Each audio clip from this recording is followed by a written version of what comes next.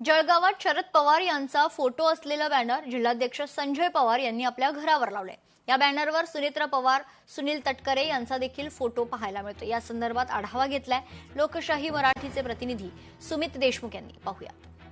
राष्ट्रवादी पक्षामध्ये मोठी फूट पडल्यानंतर या राष्ट्रवादी अजित पवार गटाने कुठल्याही प्रकारचे शरद पवारांचे फोटो वापरू नये अशी सूचना या ठिकाणी देण्यात आली होती। मात्र त्यानंतर अजित पवार गटाचे जे जिल्हाध्यक्ष आहेत संजय पवार यांनी शरद पवारांची भेट घेतली आणि बॅनरवरती तुमचा फोटो वापरता यावा अशी विनंती केली। त्यानंतर शरद पवारांनी या ठिकाणी मान्यता दिल्याचं चर्चा रंगली होती।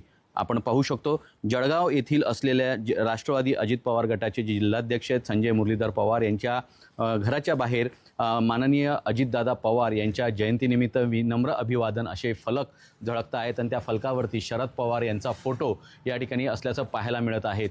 मात्र एकीकडे राष्ट्रवादी अजित पवार गट असेल आणि राष्ट्रवादी शरद पवार गट असेल या दोघांचा एकत्रीकरणाचा विषय मोठ्या प्रमाणात रंगला होता। त्यानंतर त्यावरती पूर्णविराम मिळाला।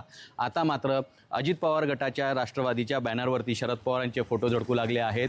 त्यामुळे पुन्हा चर्चेला उधाण आलेलं आहे। पण मात्र अजित पवार गटाचे जे माजी मंत्री आणि प्रवक्ते जे आहेत अनिल भाईदास पाटील यांनी म्हटलं होतं की हा संजय पवार यांचा वैयक्तिक निर्णय आहे आणि आमच्या नेत्या ज्या आहेत त्या सुनेत्रा पवारच आहेत असं वक्तव्य केल्यानंतर पुन्हा आज जर बघितलं तर संजय पवार जे आहेत राष्ट्रवादी अजित पवार गटाचे जिल्हाध्यक्ष यांनी विनम्र अभिवादनचे बॅनर या ठिकाणी लावलेले आहेत आणि त्यावरती शरद पवारांचा फोटो हा झळकल्यामुळे राजकीय वर्तुळात पुन्हा आता चर्चेला उधाण आल्याचं पाहायला मिळत आहे। सुमित देशमुख, लोकशाही मराठी, जळगाव। लोकशाही मराठी ऐका, पहा, जागरूक रहा।